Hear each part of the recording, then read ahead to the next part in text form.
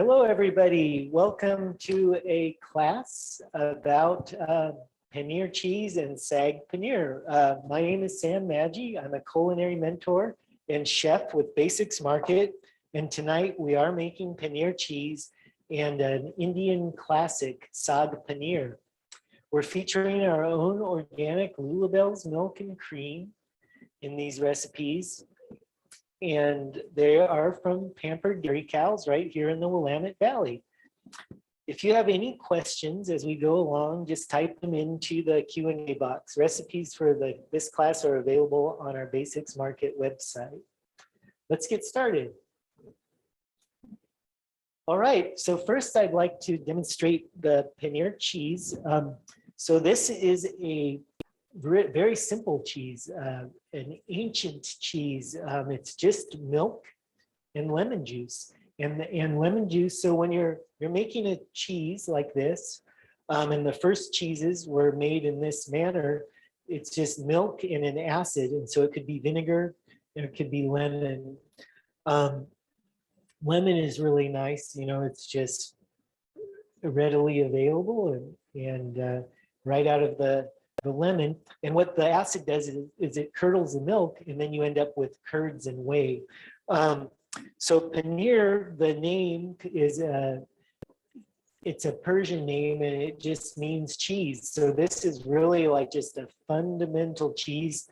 Has many uses. It's great in all kinds of curries. You can actually kebab and grill this cheese. It holds up. It's a really nice sturdy cheese. It's not a melter. It's a cheese that sticks together. It almost has a texture of like tofu or something like that. So many applications. There's a lot of desserts made with the paneer cheese. So if you learn how to make this cheese, there's a limitless amount of recipes which you can use it in. So it's a really great skill to have, and you'll see it's super simple. I'm going to be doing it without a sink. Like usually I say I'm working without a net, and tonight it's also without a sink, and this is handy to have a sink when you're doing this, but I'm going to do some stuff that hopefully works out without the sink. But what you do need for sure is a big pot and half a gallon of whole milk. I'm using our lovely Lulabelle's whole milk, just from cows that are hanging out right down the road from where I stand now, and it's super fresh milk. So whole milk is nice, and that you'll get a good rounded flavor profile, and you'll get all the richness from it. This method is also how you make ricotta cheese and cottage cheese. Same method. In ricotta, I like to add a little cream, but otherwise pretty much the same thing. You can also add a little salt for those other cheeses. Here, you're not adding any seasoning, because the cheese itself is going to absorb all the seasonings from the dish you're making. And here we're making the Saag Paneer, so you want all the flavors to just go into your cheese from that. And it looks like we have a question. Yes. Danny would like to know what's the difference between paneer and buttermilk. You just separate and remove? The question is, what's the difference between paneer and buttermilk? Well, paneer is this. It is a cheese, so it's a solid. Buttermilk is I believe, but what buttermilk is, it's kind of towards yogurt, where you're cultured. It's a cultured milk. So we're not culturing this. That's like a ferment, and where you're adding, acidophilus, all those ophilises in there, and you're souring it through that method. Here we're curdling with the action of the acid on the milk. So it's a different critter. Yes, another question. Lisa would like to know, is there a substitute for paneer cheese? Well, the question is there a substitute for paneer cheese? And sure, so you can do this dish really well vegan wise with tofu. It's a great substitute for paneer in any dishes where it calls for paneer. You can sub tofu if you are looking at a vegan type deal. Close relatives of paneer are like queso fresco, which is a Mexican cheese, similar cheese. These cheeses are sometimes called farmers' cheeses. And this dish, saag paneer, is an Indian farmer's dish. And originally it was made by greens farmers. So saag means greens in Hindi, and mustard greens is in the saag paneer comes from the Punjabi region of India, where they do a lot of mustard greens. So really, this dish was probably put together by a mustard green farmer who just had way too many greens on their hand. They made some of the farmer's cheese, and so in countries all over the world, and including America, we have cottage cheese is sort of our version, and you have these simple cheeses that can just be put together really quickly and then utilized for different dishes. So we'll talk more about the saag when we get to that, but let's kind of concentrate on the paneer for now. Yes, another question. Jean would like to know, she said she made her own paneer, what's the best acid to use first, how I think. Yeah, so the question is, someone has made paneer before, and they said their paneer turned out vinegary. And so I imagine they used vinegar for the acid, and they're asking what is the best acid to use. I prefer lemon juice, and that's what I'm going to, that's a great time question because I'm just right there now. So we're going to use the juice of 1 lemon. So I have the ½ gallon of milk, and I poured it in the pot, and I brought it to a boil. And that's where we're at right now. So you can make the paneer, of course, days before you make a dish with it. And the ½ gallon of milk is going to make you 12 ounces or so of paneer. And so that's enough for 2 of these recipes that we're doing tonight, two of the saag paneer recipes, which calls for 6 ounces of cheese. It's a really great deal because this milk at Basics Market that we produce, organic whole milk, $2.99 for ½ a gallon. So you get 12 ounces of paneer cheese for $2.99 plus the cost of a lemon, right? So not too shabby. So a very economical dish. So the lemon, 1 lemon will yield you a 1/4 cup of juice, and that's almost always the case. And of course, it depends a little bit on the size of your lemon, but generally a lemon will yield that 1/4 cup of juice, and that is the case here. Lucky for me, right? After I said that. And here I am using this handy dandy citrus squeezer. These are really cool. If you squeeze a lot of lemons, yeah, pick one of those up. Okay, so we can see that we got a little rolling boil here. And I've stirred it a few times as we brought up the heat.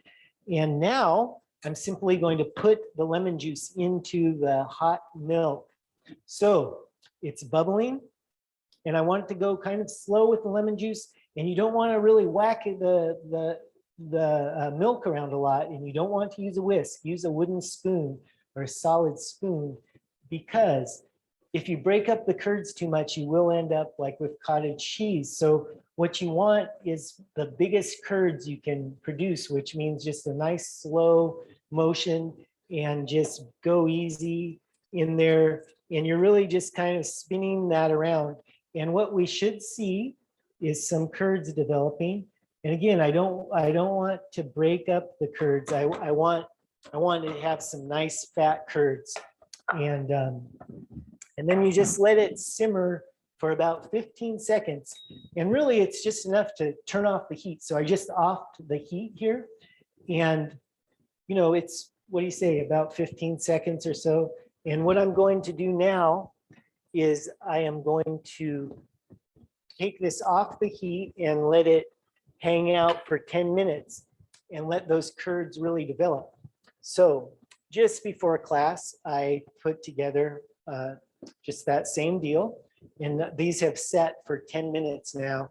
And so you can kind of see how the curds has separated from the whey. The whey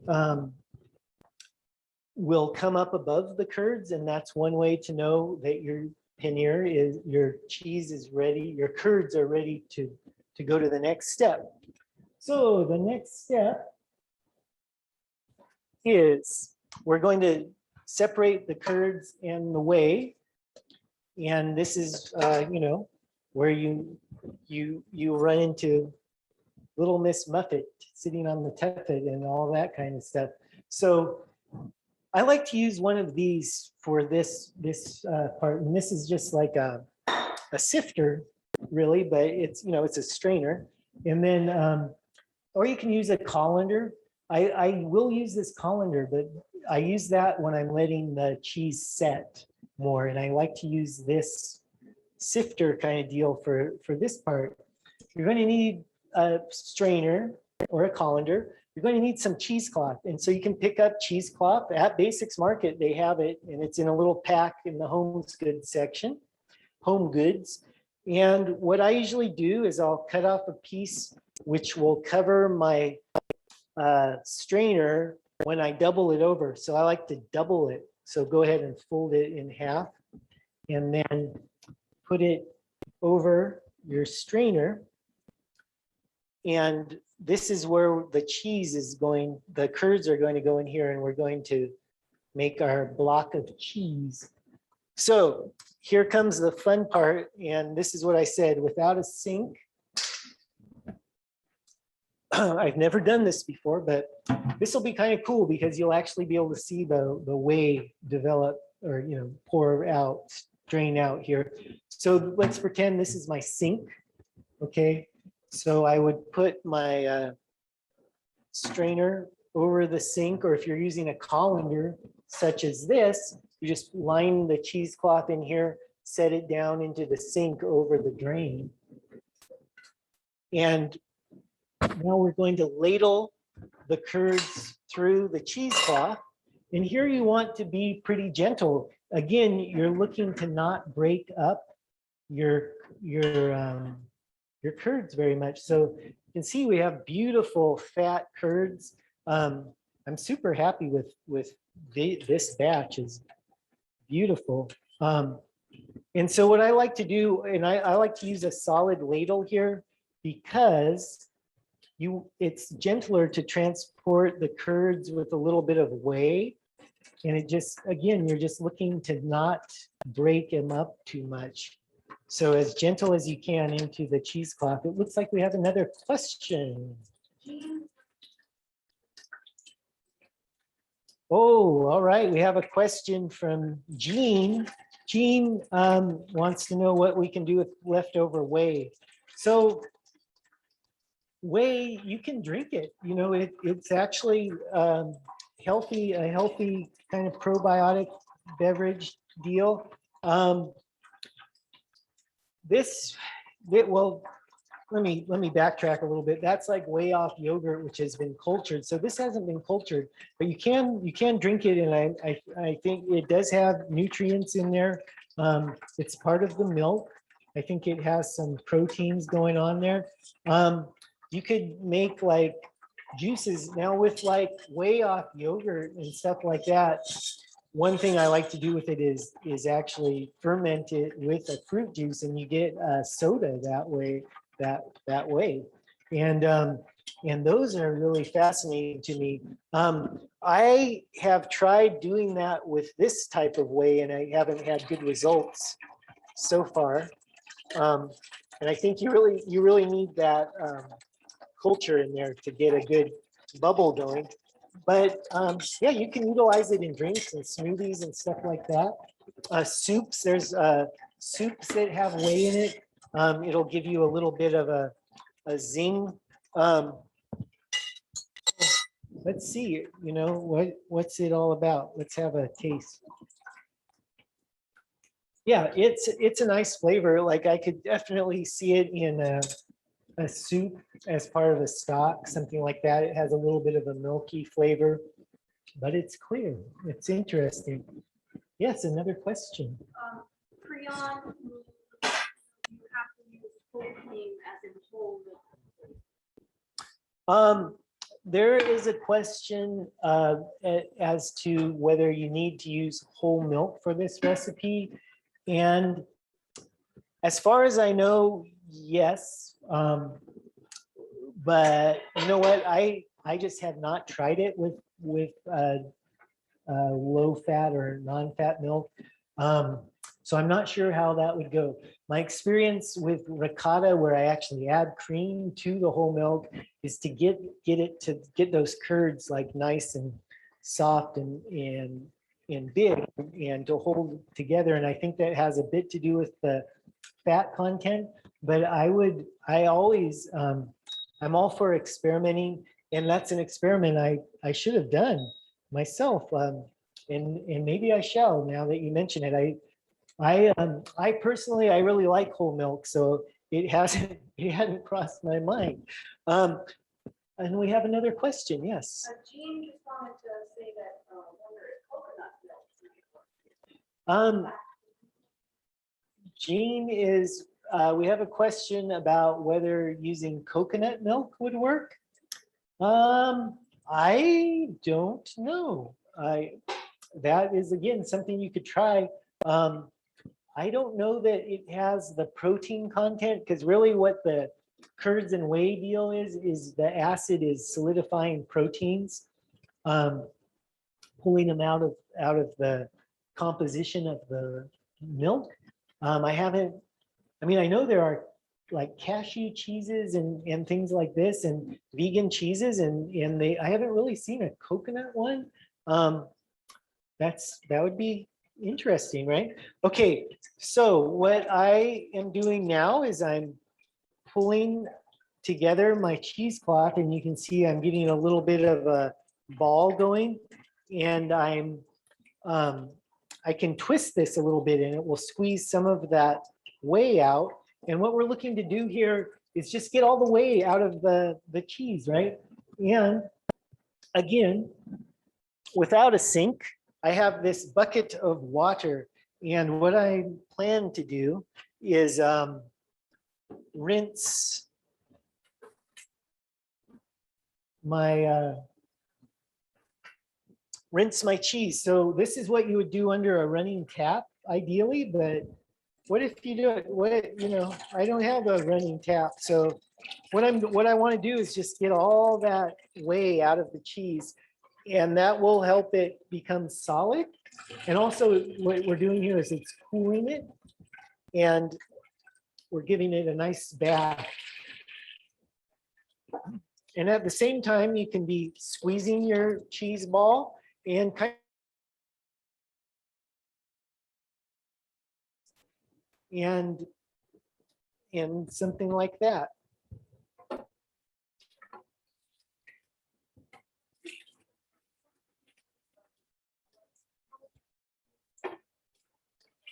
Yeah, so we had a question about how much milk we're using here.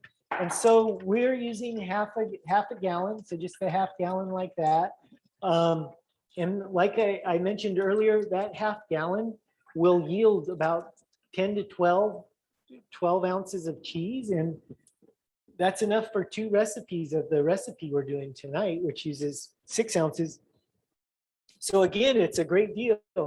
At $2.99 for half a gallon of this beautiful Lulabelle's milk, you get a big block of cheese, which I don't think you can find a block of cheese, a paneer, anywhere in town for $2.99, right? So it's really worth doing this. It's fun and it's simple, right? I mean, that's it. So we're kind of done. From here, you can tie your cheesecloth in a little knot, or what I've been doing lately, out of laziness, I guess, and like, just like, why am I tying a knot when I can use a rubber band? And so I just have been taking a rubber band and I just knot that with a rubber band or something. But hey, a knot works as well. And you want that knot off to the side. And then, so at this point, this is where I like to utilize the colander because it's a little sturdier than my mesh strainer. And I'll put that in the colander. like so. And I'm just going to move my sink situation over. And then we're going to weight this cheese down. And so for this, I'll put the colander in a bowl. And then this is going to go into your refrigerator. And then a good weight is just something like this. If you have a heavy saucepan, or you can use a plate and just put a few, like 3 top of a plate works. This is a nice heavy pot, so this will be good. And if I really wanted to add more weight, I could fill this pot with some water, and that would work. But you kind of want to find that balance of where it's squeezing it a little bit, but you don't want to like squish your cheese to where it's popping out of the cheesecloth, because then you'll break your cheese. So you just want enough weight that it has pressure and you see it's draining a little bit. And that's what we have going on here. So it looks good. And this can go in the refrigerator for 2 hours and then it's done. And it can go in longer, overnight, whatever. But after 2 hours, you'll have a good set. So you can pull the weight off, and then you'll have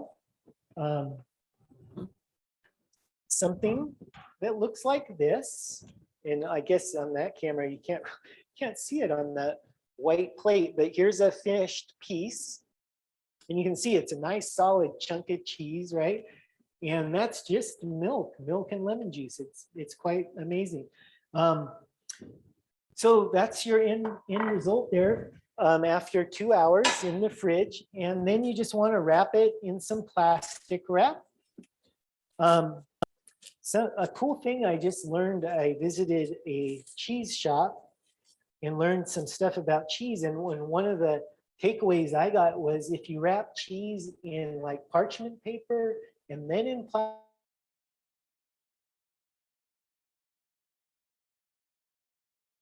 out the condensation. So like if you have a cheddar cheese, it's good to wrap it in parchment paper first and then in the plastic or into a plastic bag, and you'll get longer life.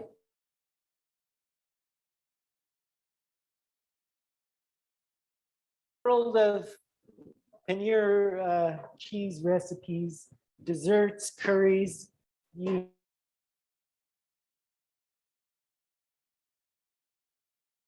Meanwhile, let's look at this Saag Paneer recipe, right? So as I mentioned earlier,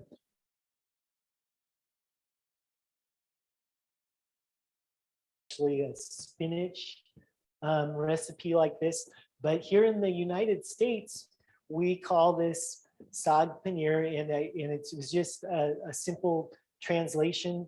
Probably spinach was readily available in any town for Indian restaurants to put on the menu. And again, leafy greens used for this can be mustard greens, kale greens. You can use chard. You can use a mixture of greens. And I have spinach here tonight, but I also have a few kale leaves I'm going to throw in for fun. Just again, we do have, I think somewhere in our mini skills, we have a deal on how to clean kale and stuff, but we'll kind of go over that a little bit. So you could use arugula too. That would add a little nice bit of spice from this. So this dish does come from one of the most fertile valleys in the world.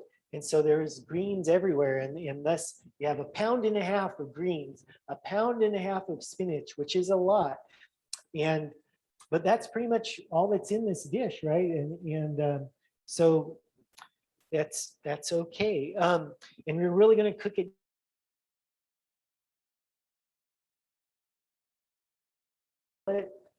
and it's just warmed up.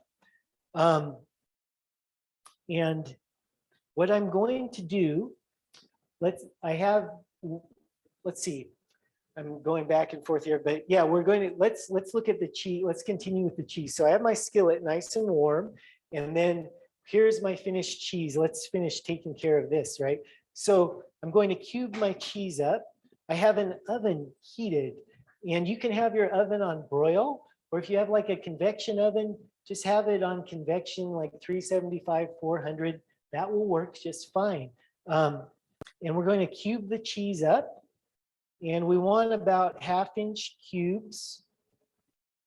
And this is where it's a little bit delicate at this stage. But as soon as it gets heated, it gets very, very strong, gets sturdy. It becomes a sturdy cheese, and that's where you can do all these great dishes with it. And again, it's not a melter. It's not a melter. It's a holder upper. It stays firm in up to all kinds of heat. Again, you can even grill this stuff, okay?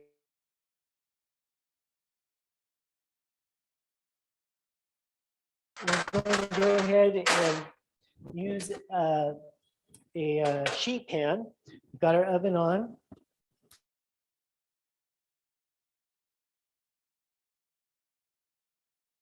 Really good neutral oil. You could use canola oil. You could use grapeseed oil. Any of the neutral oils would be good here. Safflower oil, but sunflower oil is kind of nice. And then we just need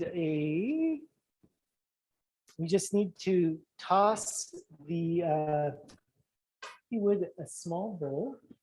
I have the magic hands is going to hand me a little bowl to toss our cheese around in. Thank you. And so we'll put the tablespoon of sunflower oil in there, and then we are going to use this also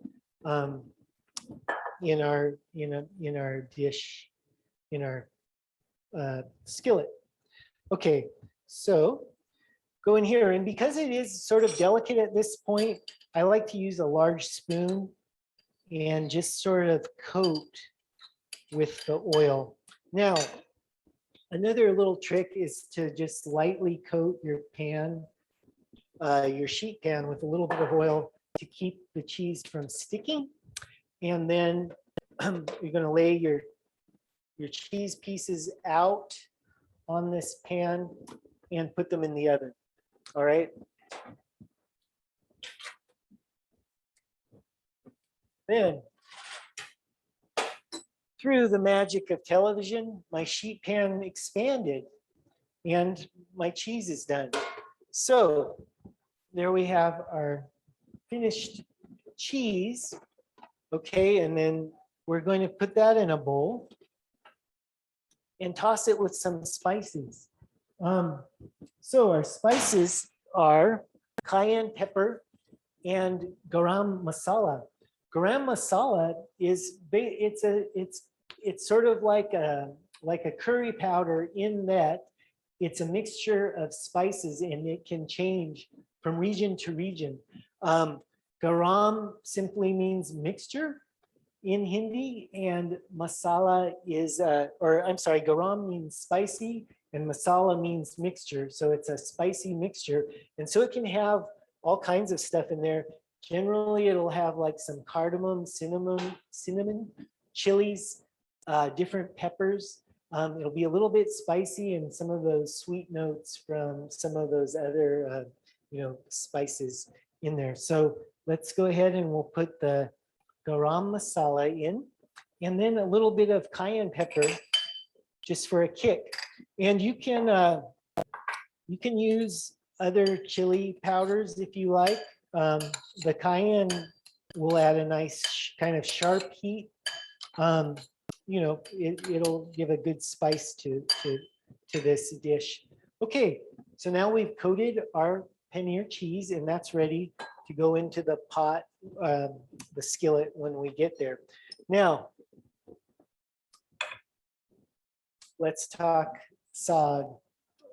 All right, so we have some ginger. This is a really good simple recipe. There's just a few ingredients. We got ginger, we have garlic, and let's start by getting into the ginger. So with ginger, want about 1 inch.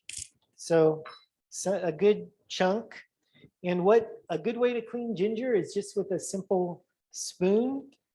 And you can go ahead and peel off really easily with a spoon.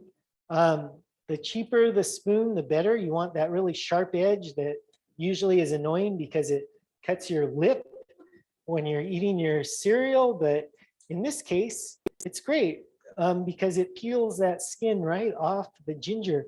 And you don't really have to peel the skin if it's organic.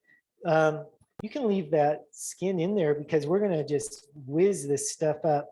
But it's kind of nice and fancy to peel. Okay, so there you have your peeled ginger. And of course, as always, I have my handy dandy compost bowl readily available to put compost in. So we're gonna put the ginger and the garlic and a serrano chili into a blender. And we're going to make a sort of a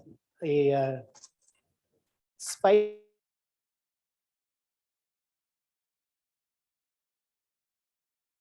India and Indonesia, a lot of dishes start out with a paste such as this. And you'll see we're going to fry it up in the oil. And all kinds of cuisines are sort of based on this technique. So this is a really wonderful technique.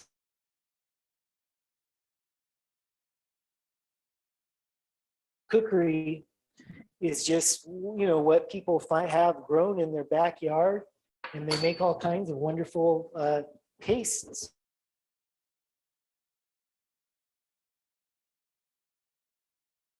Water, a little warm water goes a long way in helping you peel garlic and keeping it from sticking to your fingers or the knife. So here's 1 clove, and I have another 4 cloves already minced up here. So I'm going to go ahead and put that in. And really, I don't know why I minced that up. I could have just let the blender do it, but it's fun to mince garlic too. Yes, another question. Lisa would like to know if you want to form ginger like people or All right, we have a question. Could you use pickled ginger or powdered ginger, a different form of ginger for the paste?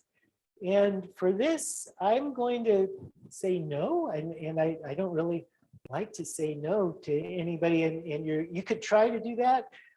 If you do an alternate ginger method, I would go more towards the powder than the pickled, because the pickled, you're going to pick a peck of pickled flavor from that, and you might not want that. So you don't really want to add more vinegars and stuff like that necessarily. Again, though, it's your dish, your taste, and your ingredients. So if you'd like to try it, who am I to say? But I think you're going to get your best flavor out of just a nice ginger root.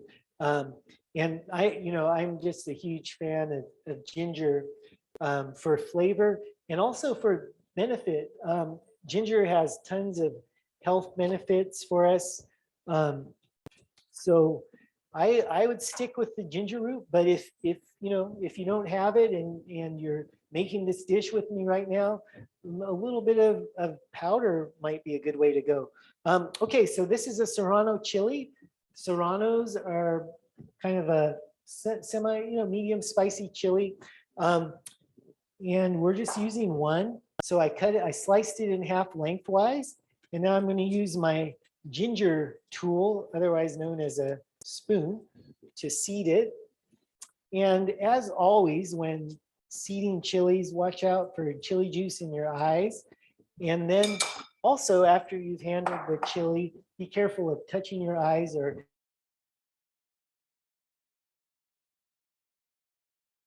so usually, if I'm working with chili like this, after I do this bit, I will wash my hands with soap.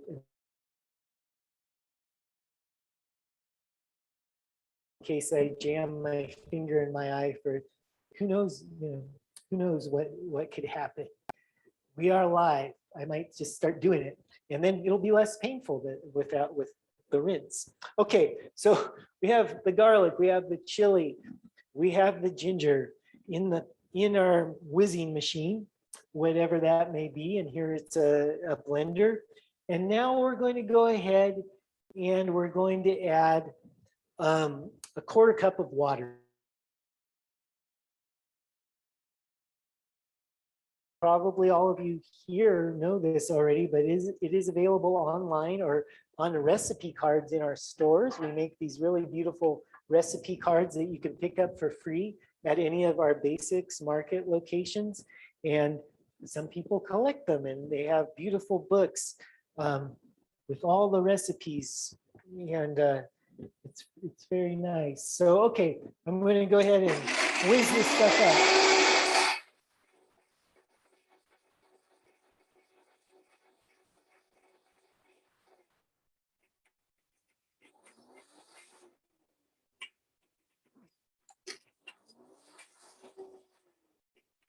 All right, that's it.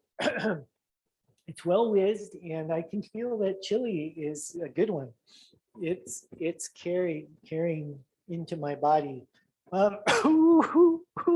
Yeah, good stuff.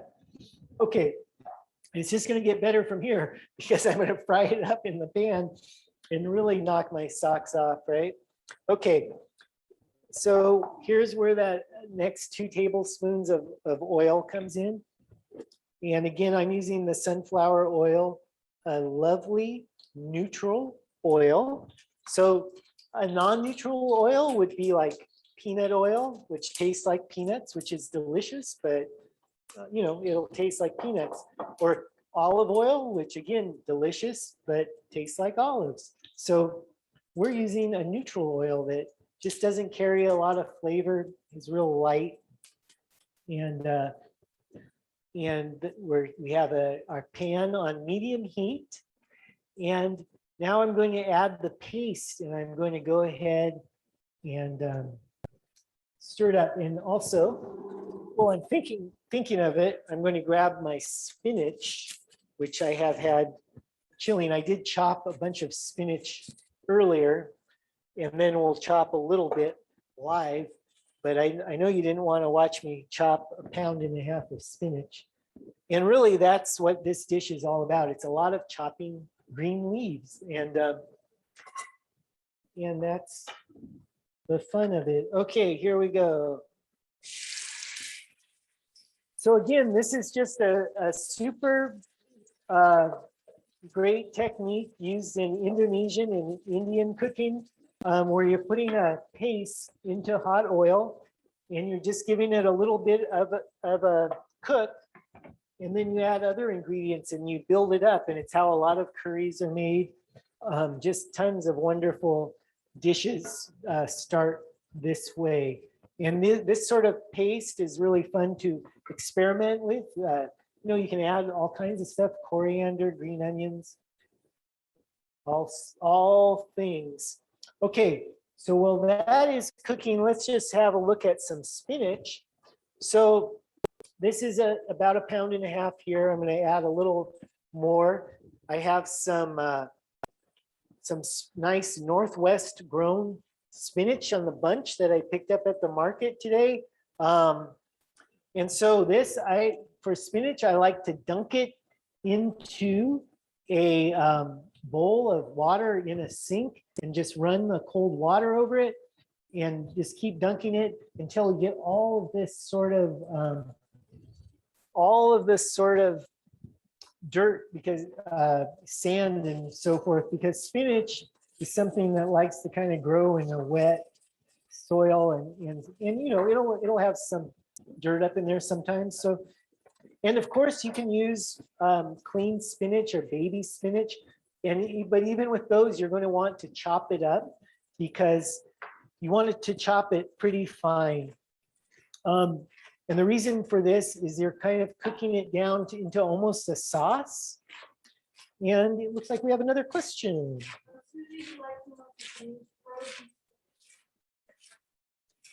The question from Susie is, can we use frozen spinach? And sure, you can use frozen spinach.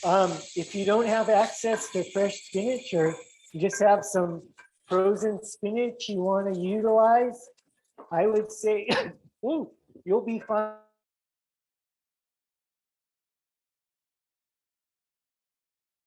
Pound and a half, and you can use more greens or you could use less greens.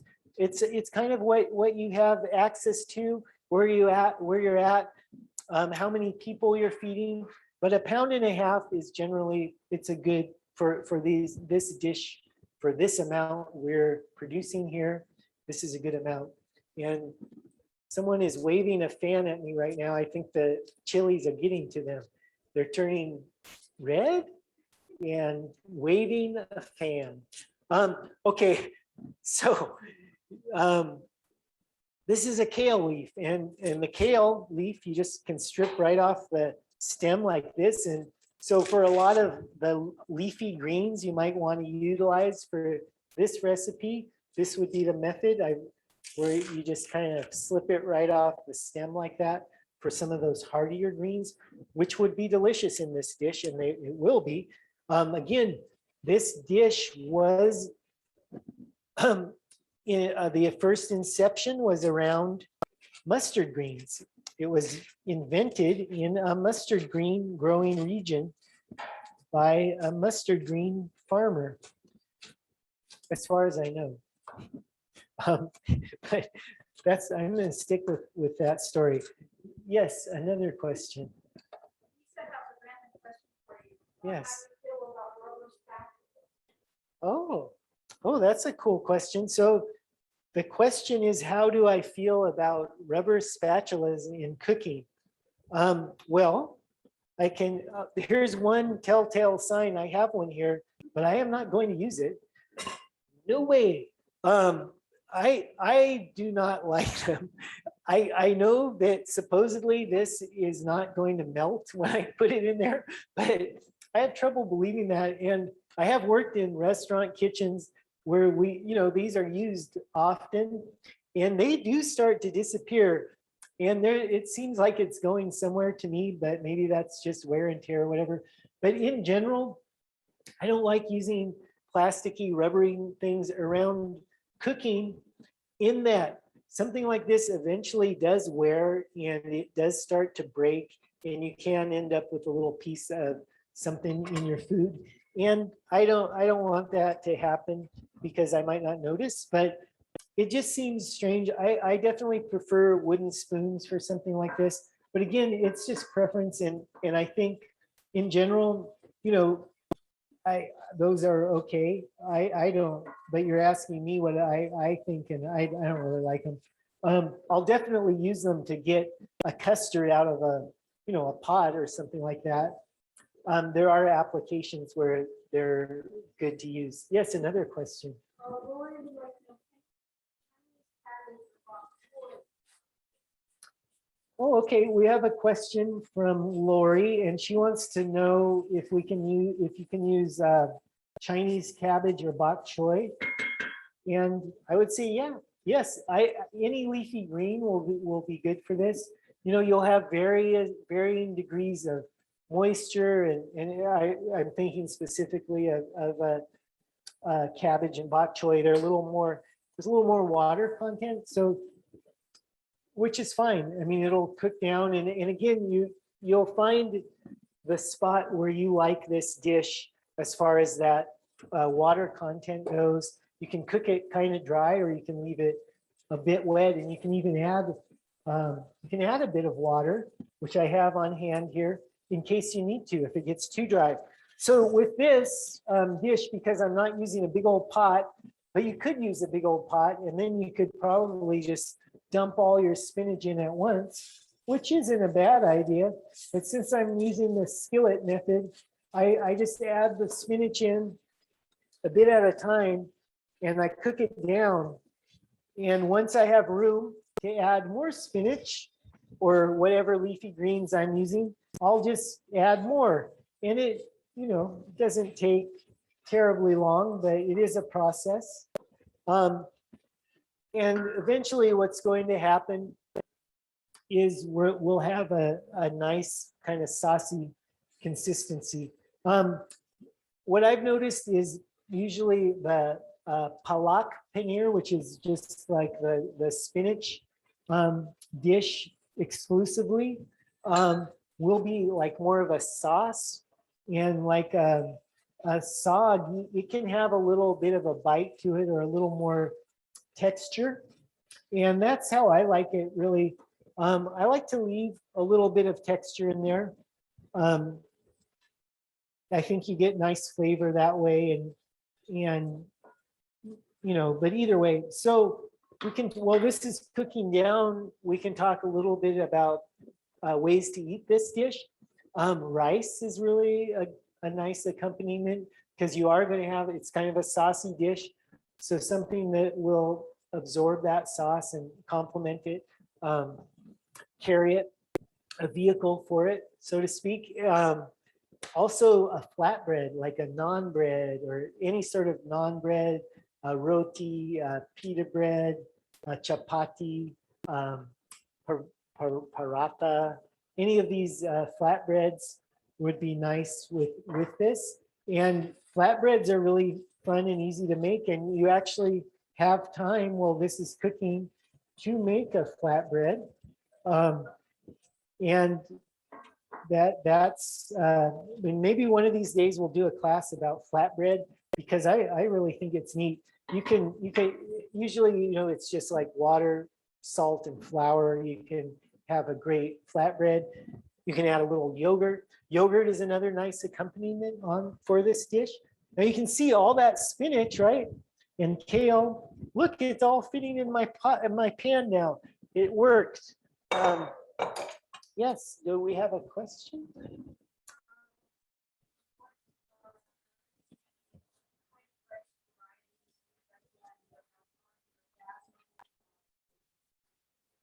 Oh, the question is, what sort of rice varieties would I recommend to go with this? Well, basmati would be a good, you know, traditional sort of rice. I kind of like the long grain rice. It could be brown or white. But you, whatever kind of rice you like. Jasmine is another kind of long grain rice, which would go well. I would recommend the long grain rice. The short grain rices tend to be a little stickier, a little sweeter. The long grain rice is kind of, will be fluffier and let the sauce kind of weave throughout the dish a little more. All right, so you can see we're getting some action here. It's really reducing, right? It's almost, I can't believe I chopped all that spinach and it's almost down to nothing. And that's how this dish is. It's just an amazing amount of greens. And it's like what we were talking about earlier. This had to be invented by a farmer who had so many greens. It's just like, let's just cook them all down as much as we can. And so what I think you get here, though, is a really nutrient dense dish, right? Because all these greens are concentrated. All right, so we are going to, you know, kind of elapse time a little bit here. I don't have a magic of TV on this one, but you can see it's been, I think it's been pretty action packed. I've been stirring and stirring, and my arm's about to fall off. But yeah, it happens pretty quick. And so from here, we can decide, you can kind of start thinking, because the spinach is cooked basically. And so you can start thinking about how far you want to take it. You know, when you go to an Indian restaurant and you get a dish like this, often it's just been cooking and cooking and on the heat all day. And it's really nice. It's really saucy, has a lot of flavor developed. And that's great. Or you might want it a little more a la minute, like just right now. And it'll have a little more texture, a little more chew, and that's also good. And so that's just up to your personal taste. Okay, so I'm going to go ahead and add my salt So the spinach you can see is cooked down pretty good. And so if I was doing this, not in a class with some time restraints, right? I'd I cover it and we'd let this go for 10 minutes or so. And you just want to check it every once in a while, give it a stir. If it's looking a little dry, which this is not, I hope maybe you can't really see through all that steam, but there's a lot of moisture coming off that spinach still, so we're in good shape. But if your greens start to stick to the bottom of the pan, that's when you would just take a little bit of water and add a little bit of water, and it will just evaporate again, but what the water facilitates cooking. And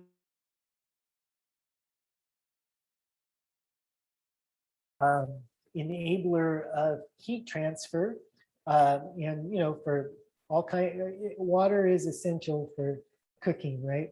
So anyway, that we're just let that cook down a little bit. We have the salt in there. We have just a half teaspoon of salt, and that's all we're putting in the dish for salt. And now we're going to go ahead and add our cream. So let's pretend, we will do some pretending tonight. 10 minutes has gone by. So I have 3 tablespoons of beautiful Lulabelle's heavy whipping cream. And this stuff is magic. It whips up really quick. It holds steady when it's whipped. And it's a great addition to soups and dishes like this. It's a really lovely fresh cream. And again, if you're going non-dairy, this would be a good place for, someone was talking about coconut milk earlier in class. Coconut milk would be delicious here, like a nice coconut milk would work great, and it would be very complementary to the flavor profile. And then we're going to add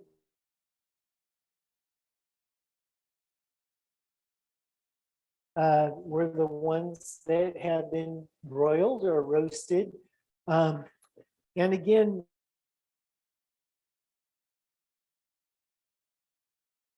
you can roast at like 375, 400. It'll just go a little slower, but you'll make that works as well. And you just want to get this nice, you can see this sort of crisp outer edge on that. And so you'll go in with a spatula and just toss them around a couple of times. Make sure they're not sticking to the bottom of the pan. They will brown on the side that's touching the sheet pan. So that's the side you want to turn over and get as many sides of your paneer cheese toasted up as you can.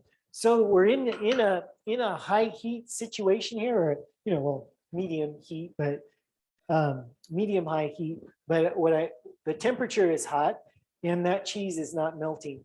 And again, it's not going to. It does soften up a little bit, but you end up with kind of a tofu-like texture. It's just a really, really fun product to work with, and especially because you've made it yourself, right? So it tastes extra special. We have a question, yes.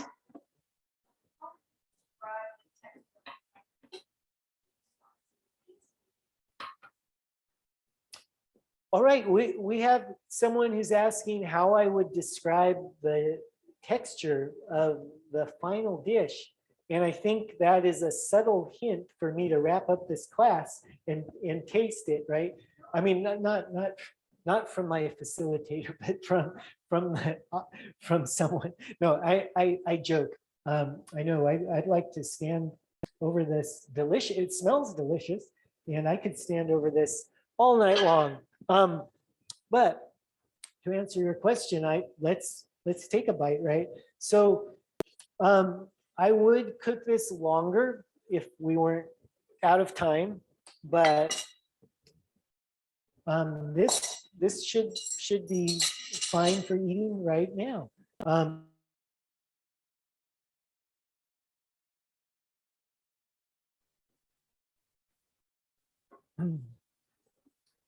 And let's have a bite, and then I will describe the texture.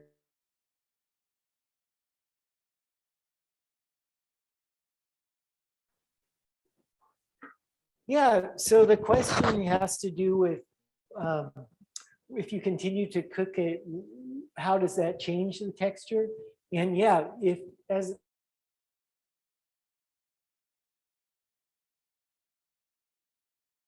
cook it a long time, keep an eye on it, maybe add a little more cream or water as it cooks if you want. You can really cook that spinach down to a sauce. Or here we're stopping it a little prematurely for the sake of the class. But also I tend to stop it not far from here because I like it a little, the texture a little more al dente, so to speak, even though it's not nowhere near al dente because it's going to be soft. But the texture is soft, and that's what you're looking for. It's a nice soft chew. And then the paneer itself is going to be a little bit soft, but crispy on the outside. It does maintain that little bit of crispy edge. So let's try it.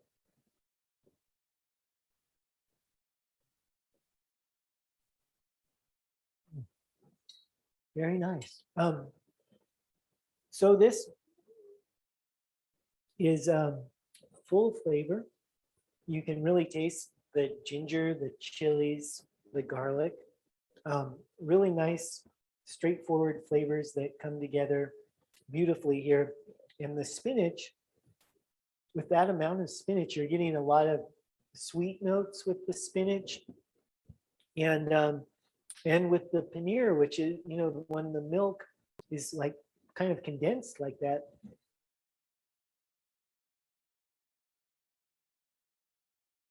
a really beautifully balanced dish. Tender, maybe tender is a good word for the texture.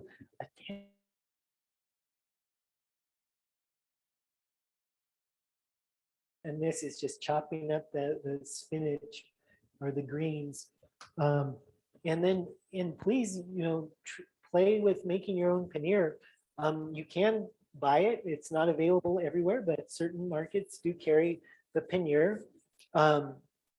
But again, you're going to save money by making it yourself with the Lulabelle's milk, $2.99 half gallon, which is a great deal on milk. I must say, organic milk, half a gallon for $2.99 at Basics Markets. You can't go wrong with that. And if you even if you buy some and don't make the paneer and just drink the milk, you've still come out on top. So anyway, you can ask us questions anytime. You can email us questions. I will be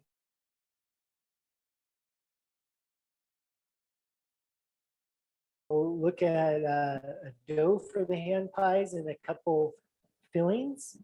And then Lindsay's coming around.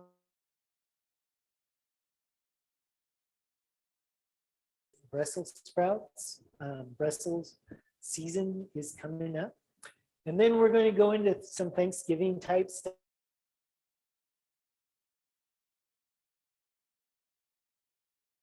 And main dishes for holiday times. So exciting things in the future at these.